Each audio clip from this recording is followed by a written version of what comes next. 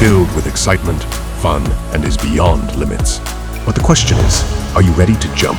If it is a yes, then you have jumped into the world of ultimate entertainment. Welcome to YOLO 247, a place of fun, indulgence, and endless surprises.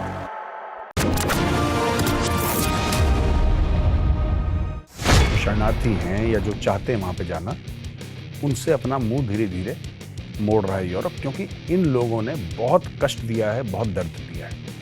वहाँ के लोगों को इतना परेशान करा है कि बस उन लोगों ने भी हाथ जोड़ लिया, ने बोला कि बस। तो मुझे लगता है कि कहीं ना कहीं खतरे की घंटी यूरोप में बज गई है। जय हिंद दोस्तों, मैं हूं मेजर गौरव आर्य और आप देख रहे हैं आज की ताज़ा तरीन खबरें। साजिद मीर को किसी ने जहर दे दिया पाकिस्तान में। साजिद मीर कौन है दोस्तों? साजिद मीर वही है जिसने 26/11 को डायरेक्ट करा, प्रोड्यूस करा, पैसा दिया, ट्रेनिंग दी और पूरा का पूरा जो उसका चालक था वो साजिद मीर था। साजिद मीर यानी कि हाफिज सईद का दाहिना हाथ। साजिद मीर वो मास्टरमाइंड जिसने सबको एक साथ एक कड़ी में पिरोया और 26/11 जैसी भयानक टेरर एक्ट मुंबई में करवाई, वो साजिद मीर। अब साजिद मीर के पीछे इंडिया पड़ा हुआ था काफी टाइम से। साजिद मीर के ऊपर $5 मिलियन का, करीब 45 करोड़ रुपए आप समझ लीजिए, उतना इनाम भी था। पर $5 मिलियन ये अमेरिका ने रखा था इसके ऊपर इनाम, और साजिद मीर के पीछे दुनिया भर के लोग पड़े हुए थे। अब पाकिस्तानी सोशल मीडिया कहता है कि भारत ने मार दिया, भारत के रॉ ने साजिद मीर को जान से मारने की साजिश थी, उसको जहर दिया, अब वो वेंटिलेटर पे। एक तो ये खबर है। दूसरी चीज ये है कि दोस्तों ये भी हो सकता है कि पाकिस्तान ने साजिद मीर को खुद मारने की कोशिश की हो। और ऐसा पाकिस्तान करेगा क्यों? देखिए, ऐसा होता है कि दो किस्म की वस्तुएं होती हैं बिजनेस में, फाइनेंस में। एक एसेट होती है और एक लायबिलिटी होती है। ये काफी टाइम तक एसेट थे, साजिद मीर वगैरह। जब से पाकिस्तान FATF में बार बार गया है और चौथी बार गया है, और जब से उसका बेड़ा गर्क हो गया है पाकिस्तान का फाइनेंशियली, और जब से ये जिहाद का भूत सिर्फ यूट्यूब पे निकल रहा है आगे उमड़ के, या मेन स्ट्रीम मीडिया पे जमीन में बहुत कमजोर पड़ गया है, तब से पाकिस्तान को लगा है कि साजिद मीर जैसे लोग जो एक जमाने में एसेट हुआ करते थे, आज की तारीख में वो लायबिलिटी है पाकिस्तान के लिए। ये लायबिलिटी कैसे हैं दोस्तों? ये लायबिलिटी इस प्रकार से है कि मानिए साजिद मीर अपना मुंह खोल देता है। साजिद मीर ये कहता है कि हाँ, मुझे एक जमाने में पैसे मिलते थे ISI से, लेकिन आजकल नहीं मिलते क्योंकि इनके पास पैसे हैं नहीं। हम सबकी पेमेंट इसने बंद करवा दी ISI के जनरल साहब ने, इसलिए मैं, अगर ये मुझे पैसे नहीं देंगे, मैं इनकी पोल पत्री सबके सामने खोल दूंगा। ये कोई नई बात नहीं होगी दोस्तों अगर ऐसा हो जाए। और दोस्तों, तीसरी बात यह है कि कोई आपसी रंजिश में मारा गया, कुछ भी हो सकता है, लेकिन पाकिस्तानीज सोशल मीडिया पे कह रहे हैं कि भारत ने मार दिया, भारत ने मार दिया।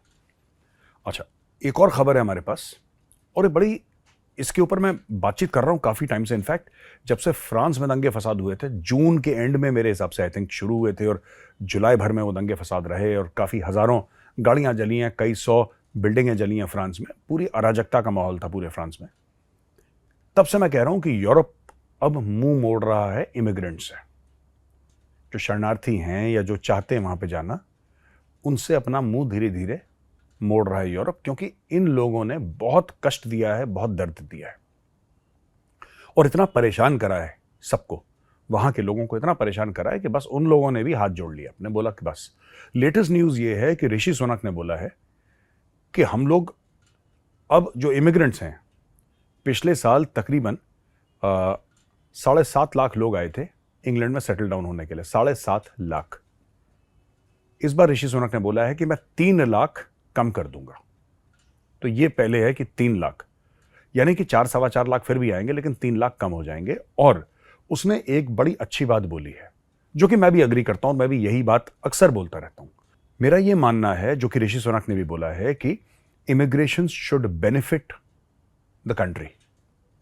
अगर आप किसी को अपने देश में ले रहे हैं तो वो जो है वो इमिग्रेशन, जैसे यूके की बात चल रही है अभी, तो इट शुड बेनिफिट यूके। ये किसी और देश को बेनिफिट कर रहा है, जहां से ये लोग आए हैं उसको बेनिफिट कर रहा है, क्योंकि पैसे ये लोग वापस उस देश में भेज रहे हैं, या उन पर्टिकुलर लोगों को बेनिफिट कर रहा है। यूके को कोई फायदा नहीं। आप देखिए, अब आप देखिए दोस्तों, जब इजराइल और हमास की लड़ाई शुरू हुई, 7 अक्टूबर को हमास ने अटैक करा, फिर इजराइल ने जवाबी कार्रवाई करी है। तब से हुआ क्या है? तब से आप देखेंगे कि इन लोगों ने अपना असली चेहरा दिखाया है। ये मोरक्को के रहने वाले, ये यमन के रहने वाले, ये फिलिस्तीन के रहने वाले, ये लेबनान के रहने वाले, ये सब जो प्रॉब्लमैटिक देश हैं, पाकिस्तानी, ये सब जो प्रॉब्लमैटिक देश है ना, इन लोगों ने अपना असली घिनौना चेहरा दिखाया है। वहां पे लाखों की तादाद में सड़क पे निकले, सब कुछ डिसरप्ट करा। और भी इनकी हरकतें हैं, कभी और डिस्कस करूंगा आपके साथ। तो मुझे लगता है कि कहीं ना कहीं खतरे की घंटी यूरोप में बज गई है। और एक बात ऋषि सुनक को पता है कि अगर वो एक्शन नहीं लेता है तो अगला चुनाव वो हार जाएगा, क्योंकि वहां पे जो लोकल पॉपुलेशन है, जो वहीं के कई सदियों से कई सेंचुरीज से वहां पे रह रहे हैं, वो लोग इनसे बहुत परेशान है। जो नए लोग आए हैं, मारपिटाई करना, murders, rapes, different kind of crimes.